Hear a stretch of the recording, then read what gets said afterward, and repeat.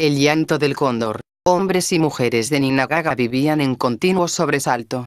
No había un solo día en el que no los intranquilizara la desaparición de su ganado. Un día corrió la voz de alarma denunciando la razón.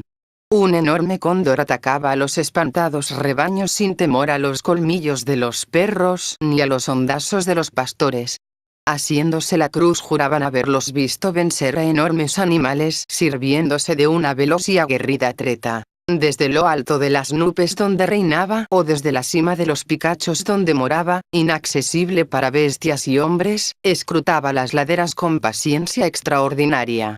Cuando descubría a su víctima al borde del despeñadero, volaba parsimoniosamente hasta ubicarse encima de ella y, desde allí, descendiendo raudo como una flecha, le asestaba un contundente golpe con sus alas de más de 3 metros precipitándola barranco abajo. La víctima caía aparatosamente agonizante producto del descalabro. Después, como cumpliendo con un viejo rito, se retiraba a dormir la siesta en su guarida inaccesible. Esperaba que finalmente el animal muriera víctima de la caída. Ya cerrada la noche regresaba para regalarse con su fresco y abundoso festín. Eso diariamente. De esta manera estaba desolando estas montañas. Los pastores de estos andurriales estaban alarmados. Surgió entre ellos la creencia de que el mismo demonio se ocultaba bajo las alas de aquel temible carnicero. Hasta los hacendados se alarmaron y llegaron a participar de esta creencia, cobrando viva inquietud por su presencia. Para ahuyentarla organizaron extraordinarias batidas haciendo estremecer sus linderos con el espantoso fragor de bravas descargas de fusilería y el feroz ladrido de los perros asusados para la lucha. Todo en vano. Pasados unos días ya estaban echando de menos la desaparición de un buey, de un ternero o por lo menos de una oveja. La alarma creció. El maldito depredador estaba ya enviciado y no quería alimentarse sino con carne fresca. Uno de aquellos días, un joven pastor llevó la noticia de que el cóndor merodeaba alrededor de una loma vecina al caserío. El hacendado se armó de una carabina, llamó a los campesinos para que lo acompañaran y se encaminó al encuentro del carnicero que volaba con los ojos fijos en el hato de ovejas. Sobrevolaba lenta y majestuosamente por el fondo luminoso de los cielos. Su enorme cuerpo negro de aterrador pico carnicero, garras terribles recogidas con su collarín de blancas plumas en el cuello, destacaba sobre un punto fatídico sobre la vasta planicie. Lo contemplaron un largo rato para que tomara confianza y, cuando estuvo a tiro, el patrón se echó la carabina a la cara y, diestro en el manejo de armas, hizo fuego. Tras la sonora deflagración la gigantesca ave se abatió pesadamente sobre la tierra. Un grito de triunfo resonó en las pampas. Hombres y perros se lanzaron sobre el caído. El primer perro que llegó hasta el cóndor, rodó a sus pies con el cráneo destrozado por un feroz picotazo.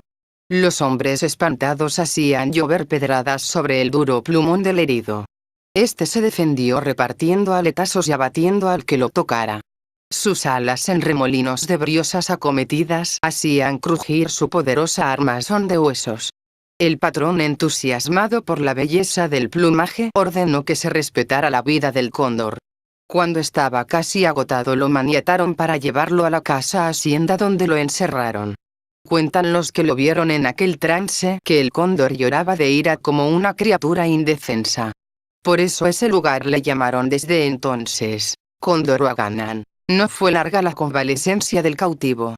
Un curandero de Margos que examinó sus heridas constató que tenía vacío el buche y dedujo que su caída se había debido a su extremo debilitamiento, que el balazo le había rematado.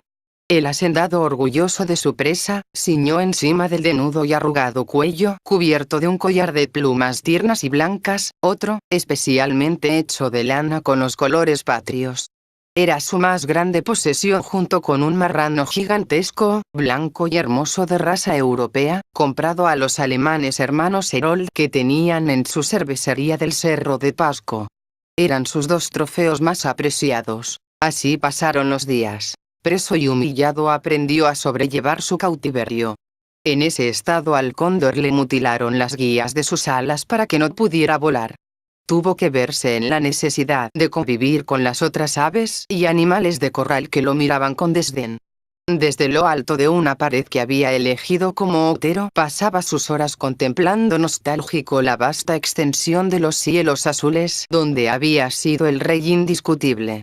Debajo de él, con una sorna insufrible, se paseaba triunfal y engreído el enorme chancho, orgullo de su amo, haciendo estropicio y medio y regodeándose de ello. El cóndor solo lo miraba.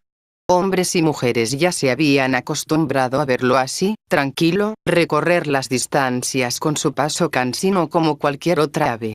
Eso es lo que el cóndor buscaba. Quería que lo vieran vencido y humillado. En poco tiempo lo consiguió.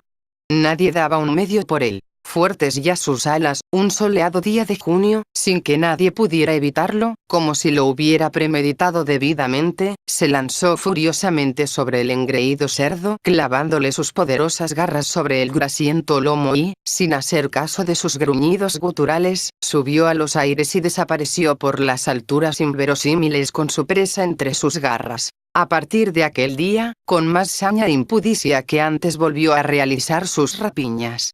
Por eso volvió a cundir el abatimiento entre las gentes por la amenaza de tremendo carnicero ahora más audaz, más fuerte, más ladino. Una tarde luminosa de sol, sin una nube en el cielo, se oyó nuevamente el zumbido de las alas asesinas y la proyección de su sombra colosal sobre un grupo de ovejas. El pastor Timoteo Carroachagua, protegiendo a sus animales que corrían peligro ante tremendo asesino, lo midió con mucha serenidad. No en vano era el hondero más certero entre los pastores de Ninagaga. El cóndor, creyéndose dueño de la situación, se acercaba con más desfachatez a sus víctimas. Lento, con tremenda parsimonia, se acercó a 30 metros. Se veía que el ave todavía lucía el collar con los colores patrios que el patrón había colocado en su cuello. Con pasmosa serenidad puso una enorme piedra en su haraca y, dándole 3 enérgicas vueltas sobre su cabeza, lanzó el proyectil en dirección al cóndor. No lo puedo creer. Vio el terrible impacto en la cabeza del asesino, que caía con estrépito con el plumaje agazapado y las patas yertas e inmóviles rodando hasta el fondo, bañado en lodo y sangre. Timoteo corrió hacia su presa y lo encontró temblando en los estertores de muerte que pronto llegó, dejándola inmóvil. Ya casi cerrando la noche, llegó a Ninagaga con su presa sobre sus espaldas. Los campesinos no lo podían creer. Cuando lo tiró sobre los suelos, prorrumpieron en gritos de triunfo que se oyeron en la casa hacienda y en todos los confines de Pasco. El nombre de su lugar de cautiverio quedó para la posteridad: Condoroaganán.